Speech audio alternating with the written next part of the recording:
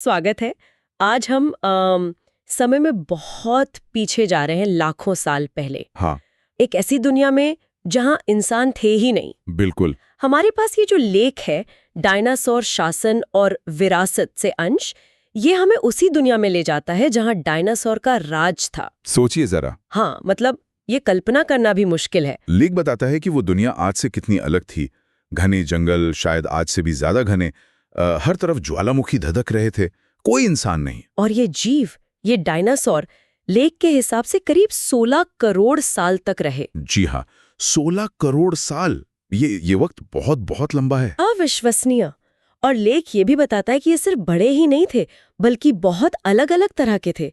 जैसे वो टीरेक्स, कितना भयानक शिकारी था। हाँ, टीरेक्स, जिसके बारे में कहते हैं कि उसके जबड़े शायद किसी कार को भी कुचल सकते थे। और दूसरी तरफ वो विशाल शाकाहारी, जैसे ब्राकियोसॉरस। बिल्कुल, ब्रैकियोसोरस जैसे शांत बड़े जीव, जिनकी गर्दन इतनी लंबी होती थी कि वो ऊंचे पेड़ों की पत्तियां खाते थे। लेख में इसका जिक्र है। सही। और फिर वो ट्राइसेरेटॉप्स भी था, जिसके सिर पर 3 सींग थे। हाँ, वो सींग और पीछे वो झालर जैसी हड्डी। शायद बचाव के लिए या अपने साथी को दिखाने के लिए। लेख में दोनों बातें कही गई हैं। और वो फुर्तीले वेलोसिरैप्टर जो झुंड में शिकार करते थे। जी, और काफी बुद्धिमान भी माने जाते हैं। तो मतलब ये सिर्फ कुछ जानवरों का झुंड नहीं था, ये एक जटिल इकोसिस्टम था। हाँ, एक संतुलित दुनिया जो करोड़ों साल में बनी। सही कहा। लेकिन फिर सब कुछ अचानक बदल गया। हाँ, यहीं पर वो एस्टेरॉयड वाली बात आती है ना। लेख कहता है कि एक बहुत बड़ी चट्टान अंतरिक्ष से आकर पृथ्वी से टकराई। बिल्कुल, और वो टक्कर मामूली नहीं थी।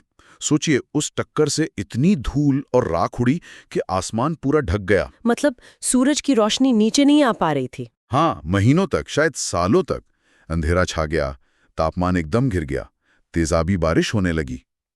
तो फिर तो पौधे मर गए होंगे। जरूर।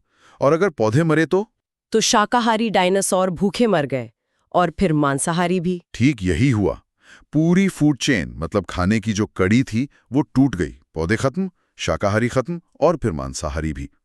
लेख इसी धीमी और दर्दनाक प्रक्रिया की बात करता है। पृथ्वी के लगभग 75% जीव खत्म हो गए। पूरी दुनिया का अंत जैसा। लेकिन उनकी कहानी वो पूरी तरह मिटी नहीं है ना। नहीं, बिल्कुल नहीं। यहीं पर जीवाश्म, मतलब फॉसिल्स काम आते हैं। अच्छा, वो पत्थर बन चुकी हड्डियां। हाँ, लाखों सालों में मिट्टी के नीचे दबकर उनकी हड्डियां पत्थर बन गई। और वैज्ञानिक जब इन्हें खोदकर निकालते हैं तो हमें उनके बारे में पता चलता है। उनका आकार कैसा था, वजन कितना था, यहाँ तक कि कुछ बीमारियों का भी अंदाजा लगता है। और लेख में पंखों का भी जिक्र है। डायनासोर और पंख, ये थोड़ा हाँ, चौंकाने वाला है, पर सच है। देखिए, कई जीवाश्मों में पंखों के निशान मिले हैं। तो इसका मतलब ये, और ये लेख का सबसे दिलचस्प हिस्सा है मेरे हिसाब से, कि आज हम जो पक्षी देखते हैं, चील, शुतुरमुर्ग, अरे अपनी मुर्गी तक, हाँ, वो असल में उन्हीं डायनासोर के वंशज हैं। खासकर थेरोपोड डायनासोर, जिनमें वेलोसिरैप्टर जैसे शिकारी थे। वो शायद छोटे थे, पंखों वाले थे, और उस तबाही से बच निकले। क्या बात है। तो डायनासोर पूरी तरह खत्म नहीं हुए, वो पक्षियों के रूप में आज भी हैं। जी हाँ, ये उनकी विरासत है, जो आज भी हमारे साथ है, हमारे आसमानों में उड़ रही है। वो सिर्फ म्यूजियम की हड्डियां नहीं हैं। तो इस लेख से हमने समझा कि डायनासोर ने करोड़ों साल राज किया, कितने विविध थे, फिर एक भयानक घटना में खत्म हुए, लेकिन जीवाश्मों ने उनकी कहानी बचाई। और सबसे बड़ी बात, उनकी विरासत आज भी पक्षियों में जिंदा है। बिल्कुल।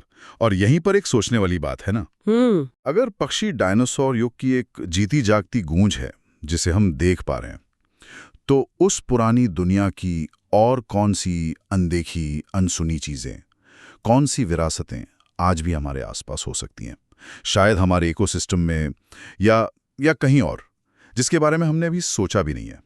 इस पर सोचना वाकई दिलचस्प होगा।